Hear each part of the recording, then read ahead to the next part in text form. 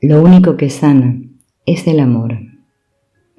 Las condiciones corporales no bloquean la verdadera comunicación. De muchas maneras protegemos nuestro sentido de la separación. En mi trabajo a menudo me encuentro con la creencia de que la comunicación profunda y con significado entre las personas ya está bloqueada por alguna condición o estado corporal. La edad del cuerpo, el daño físico al cerebro, las diferencias en antecedentes étnicos o sociales, el autismo, las barreras del idioma y la ebriedad son algunos ejemplos de las diferencias entre los cuerpos que tienen las mentes divididas.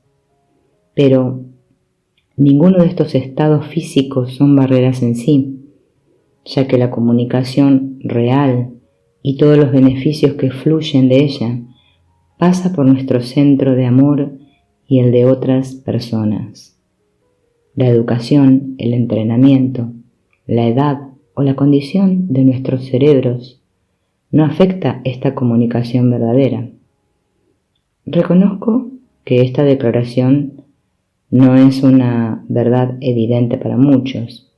Sin embargo, la práctica directa y consistente del amor traerá todas las pruebas de esta verdad que se puedan desear, y después de un tiempo todos los argumentos de que las mentes no están en comunicación parecerán tontos.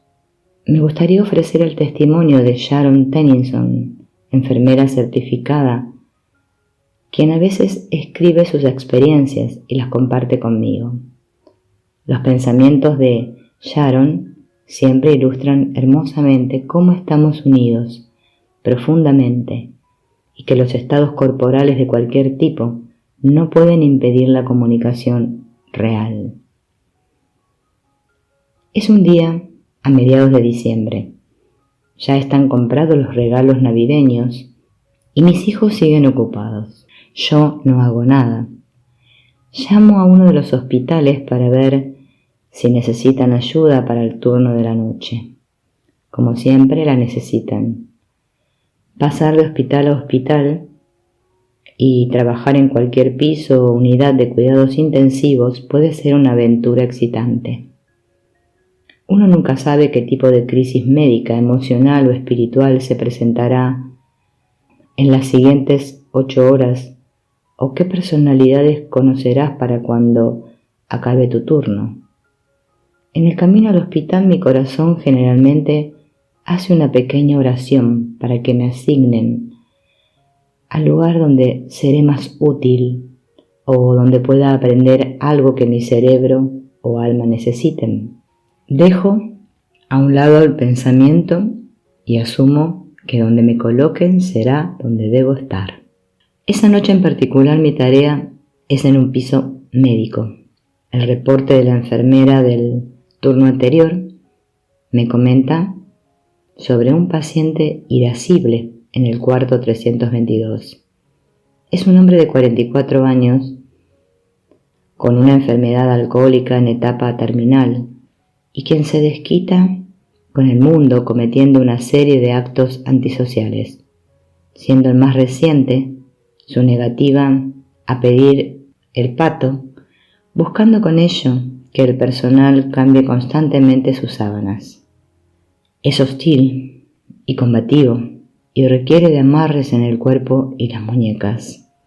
La enfermera de día ya estaba lista para deshacerse de él y yo no estoy segura de querer tomarlo junto con los otros 8 pacientes. Hice mis rondas de todos los cuartos y al acercarme al 322 percibí un fuerte olor a formaldehído en el aire. Al momento de entrar en el cuarto el olor se intensificó. Las cortinas estaban cerradas alrededor del 322B. Me asomé y en la cama se encontraba un pequeño cuerpo tembloroso en posición fetal, con las sábanas hasta el cuello y despidiendo un olor igual a uno de mis experimentos de laboratorio de anatomía o fisiología. Jalé las sábanas de su cara para llamar su atención y no parecía moverse. En mi tercer intento por llamar su atención, comenzó con un abuso verbal, tomó su sábana y volvió a desaparecer debajo de ella. Me paré ahí, observando aquel pequeño pedazo de humanidad. Pensé en mi cuerpo saludable y me pregunté cómo podía pasar esto a alguien en 44 años. El hecho de que tuviera mi misma edad parecía imponer un vínculo más fuerte entre ambos. ¿Cómo pudo suceder esto? Salí del cuarto y continué mi ronda hasta que me di una idea del resto de mis pacientes. Todos estaban bastante estables, en buenos términos emocionales, con familiares que les brindaban apoyo y amor. Solamente fallaba mi pequeño hombre del 322. Chequé en la recepción. Nunca tuvo visitantes. Al verificar sus tarjetas de medicamentos, observé que tomaba 10 de paraldehído intramuscular cada 6 horas para el delirium tremens, y esta era la razón del ofensivo olor. Las charolas de la cena llegaron a las 5 de la tarde. Entré a su cuarto para ver si podía alimentarse a sí mismo. Ni siquiera se había dado cuenta de que la charola estaba ahí. Mis ojos se ajustaron con lentitud a la oscuridad del cuarto. Con suavidad coloqué la cuchara con gelatina en su boca y para mi sorpresa se la comió. Seguí con otra y después con otra más. Mi mente seguía sorprendida y preguntándose si había alguna manera de hablar con esa pequeña alma retraída. Mi corazón me dijo que probablemente reaccionaría a un servicio cariñoso y gentil. Cuando comió suficiente gelatina, jaló nuevamente las sábanas y desapareció debajo de ella sin decir una palabra. Saqué la charola del cuarto y continué con mis tareas de la noche. A las 6 de la tarde era la hora de su medicamento. 5 centímetros cúbicos de medicina en cada glúteo, una gran dosis para el músculo. Y en verdad no quería hacer esto a un pequeño hombre que ya estaba sufriendo. Entré a su cuarto con las 2 jeringas. Al entrar me di cuenta que el olor de formaldehído estaba mezclado con otro olor. Nuevamente peleo contra el mundo. Quizá era el único modo de rebelarse que le quedaba, ya que sus manos estaban restringidas y sus días contados. Parte de trabajar con la humanidad en este estado es que los sentidos se adormecen cuando es necesario. El cuarto casi estaba completamente oscuro, con una pequeña luz de noche, y me encuentro parada en silencio junto a la cama. Comienzo a recordar pequeñas cosas, palabras del doctor Jerry, a quien recientemente había escuchado diciendo: las personas más ofensivas son las que más necesitan amor. Pensamientos de extender el amor, dejar a un lado al evaluador que hay en mí, ver a este pequeño hombre, realmente verlo y hacerlo mi hermano. Sin saber qué más hacer, dejé que estos pensamientos permanecieran activos en el espacio entre los dos, en un silencio casi de trance. Algo surgió en mi corazón, un sentimiento diferente, una realización y algún lugar profundo. Dentro de mí llegó la revelación de que quizá este pequeño hombre nunca ha sido tocado en sus 44 años de edad. Quizá era un pobre niño mexicano, el último de una gran familia, nacido en un sucio y confundido lugar donde los trabajadores inmigrantes luchaban por sobrevivir. Pude ver a un pequeño niño creciendo en este mundo sin habilidades, apoyo o amor, y quizá la botella era el único consuelo en su vida. ¿Se encontraba este pequeño niño solo en mi mente, o podía ser una de esas extrañas intuiciones?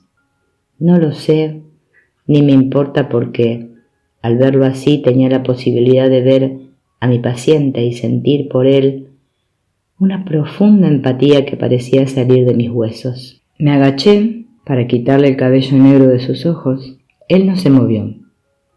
Nuevamente coloqué mi mano en su frente y moví más cabello. Por lo menos podía tocar a este pequeño niño en la cabeza como nunca antes fue tocado. Después, al sentarme en la cama, mi corazón simplemente tomó el control y mis manos comenzaron a darle cariño de una manera sencilla. Ya no sentía los olores mezclados del cuarto y las jeringas seguían esperando pacientemente. Hay un sentimiento de estar atrapado en algún lugar entre la rutina diaria y los planos celestiales, un lugar de la hora donde nada más importa el momento. Un instante después, me escuché diciéndole con una voz amorosa: sé que si tuvieras una oportunidad de volver a vivir tu vida, no escogerías la botella. Una vez que lo dices, parece algo extraño, pero al parecer fue lo correcto. Me contestó una dolorosa y baja voz. Oh no, señora, una voz llena de sentimiento y tristeza. En ese momento me comentó que tomaba desde su adolescencia. En El Paso, Texas. Desde el principio su vida en un poblado fronterizo fue dura. Odio como usted ni nadie sabe. Tomo para olvidar mi miseria. En algún momento de la conversación le pregunté si había algo que pudiéramos hacer para ayudarlo a combatir su adicción, y me contestó que no, que la adicción era como un monstruo. Él sabía de antemano que volvería a tomar si vivía lo suficiente para salir del hospital. Considero que todas mis habilidades de enfermera están dirigidas a ayudar a las personas con sus problemas de vida, ayudándoles a obtener los recursos para comenzar a combatir sus limitaciones, ofreciendo apoyo, amor y valor para que crean nuevamente en ellos. Aún así, en este caso no fue útil. Mi corazón adoró a ese pequeño hombre. Si puede o no dejar de tomar me es totalmente indiferente. Es alguien precioso y por azares del destino me permitieron ver dentro de él y amarlo en algún lugar profundo, donde el alcohol no lo tocaba. Compartí con él la batalla que había enfrentado toda su vida y le hice saber que si no podía dejar de beber, no había ningún problema, que era una persona muy especial y que quería hacer lo que fuera posible para que se sintiera cómodo. Para entonces estábamos tomados de la mano y el ambiente del cuarto se había transformado. Empecé a darme cuenta de la otra realidad, pues tenía que cambiar las sábanas y ponerle las inyecciones y ya habían pasado 30 minutos. Pero lo que sucedió era más importante. Sentía que esta pequeña alma tenía que dejar el cuerpo enfermo, pero que podía entrar a la eternidad sabiendo que experimentó amor y aceptación. En lo que a mí respecta, salí del cuarto para buscar sábanas y me escuché exclamando: «Oh Jesús, así es como te debes sentir con todos los hijos de la tierra, al vernos enredados en nuestras propias redes de limitaciones y perdidos. Pero tú ves más allá de todo esto, ves el corazón de nuestro ser. Así es como se siente el amor incondicional. Era mi primera experiencia de esta profundidad y me sentí en otra dimensión al permitirme compartir con esa persona». Luego desamarramos al pequeño hombre que ya no peleaba y cambiamos sus sábanas. Él se disculpó por el trabajo adicional. Había un nuevo sentimiento en el cuarto y tengo la certeza de comprobar que la extensión del amor puede nivelar montañas de depresión y frustración.